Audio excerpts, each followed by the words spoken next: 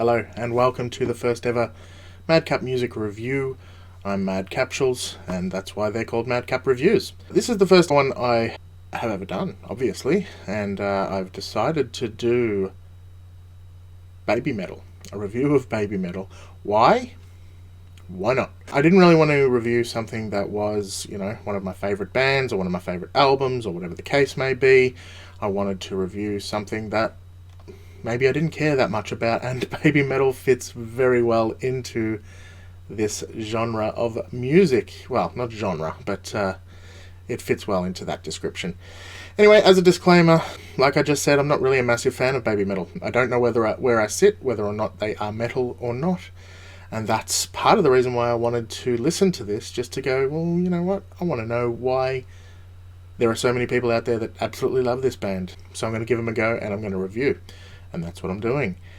If you don't know who Babymetal is, they are what you would call an idol band. It's a J-pop band that is essentially formed by a single individual who is the brains behind the entire project, but is rarely ever seen. So he decides what the band is all about, what the music's all about, the direction of the band, the story that goes along with it, and he chooses two generally young females. Of course, if it's a boy band, it's young boys.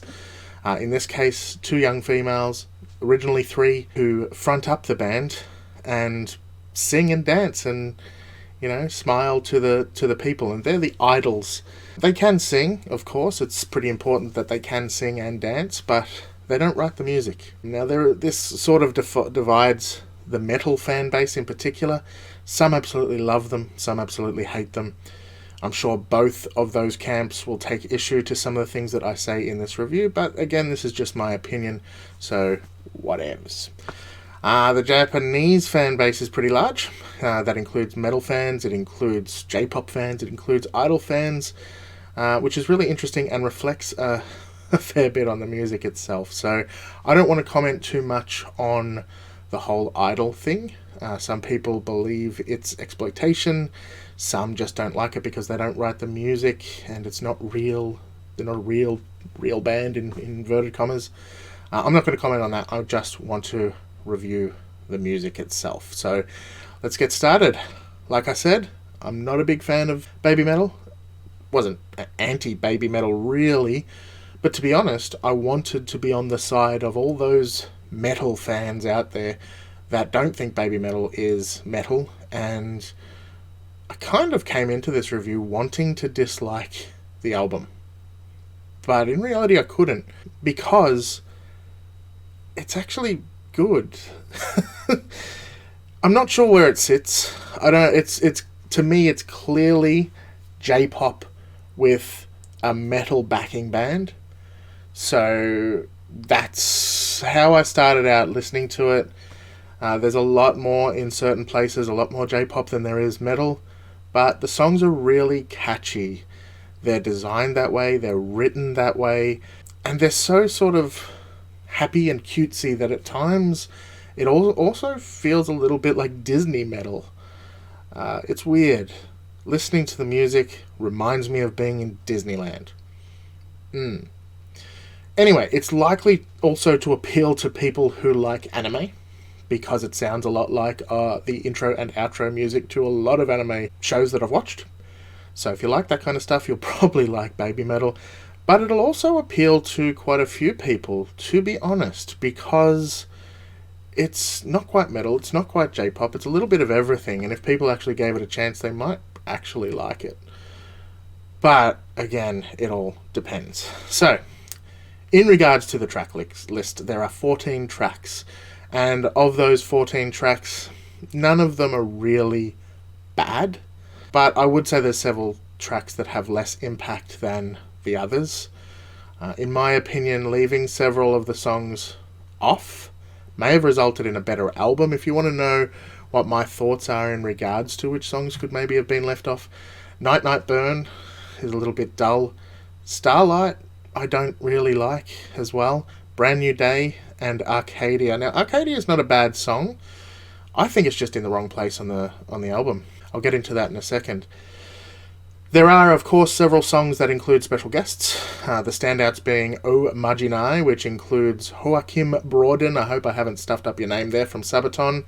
Another song called Distortion with Alyssa Whiteglues from Arch Enemy. And, of course, the big single Papaya with Thai rapper F Hero. Of these, all three of them actually are much more metal than the rest of the songs on the album. Excluding one song, and that is In the Name Of, which I will also get into in a second. It should also be said, though, that O Majinai has a real pirate jig kind of feel to it. It's weird.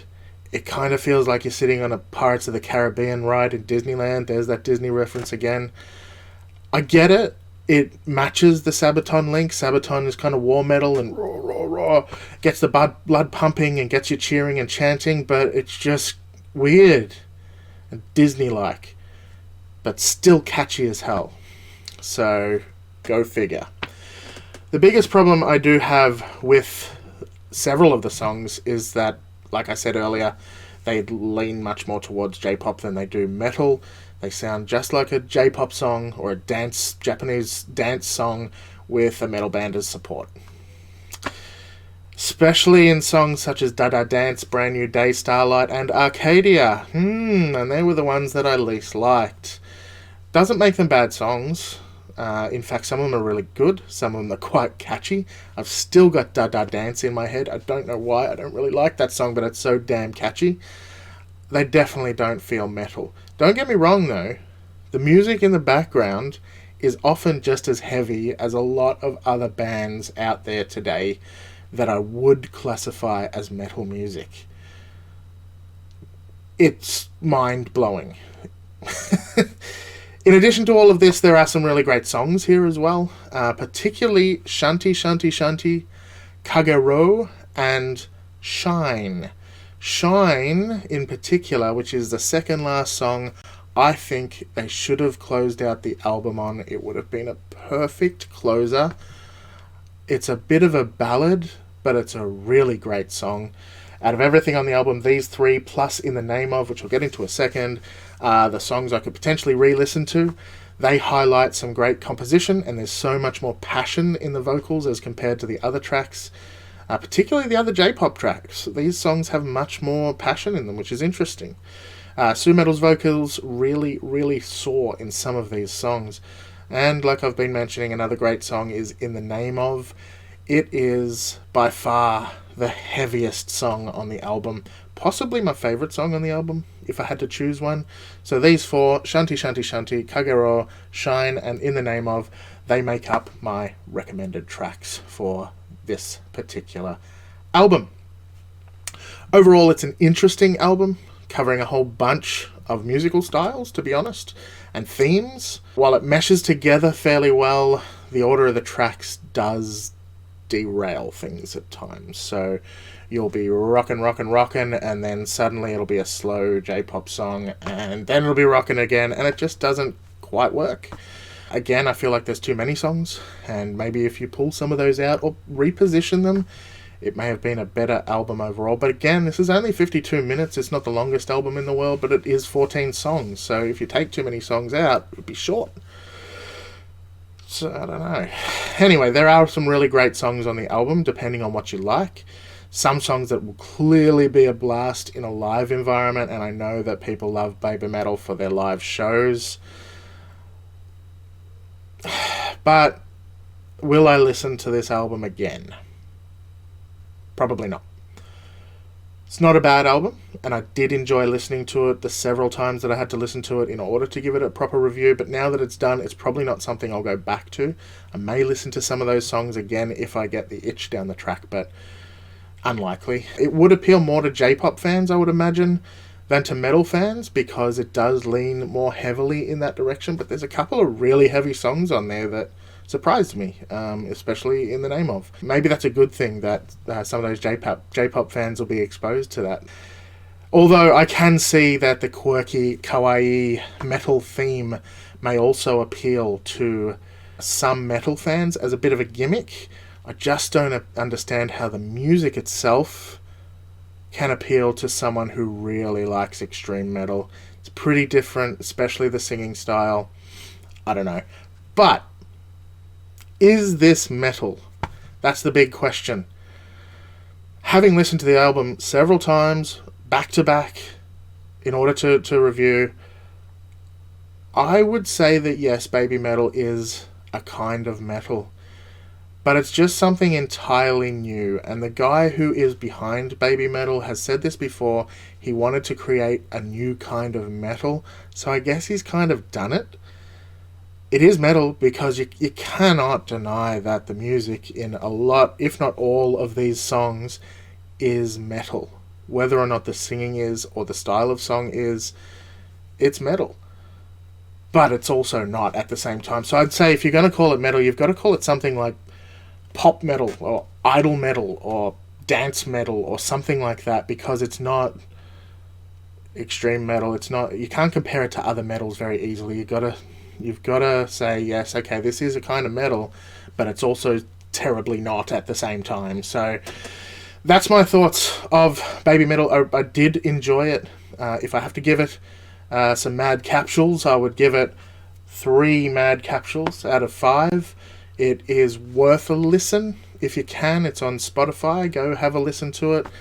If you're not a fan of Babymetal, it's not going to turn you into a fan, I don't imagine. There are some catchy songs on there. It's pretty good. But yeah, let me know your thoughts. Also, let me know your thoughts on my review style, what I covered, what you think I covered too much, what you think I didn't cover enough of.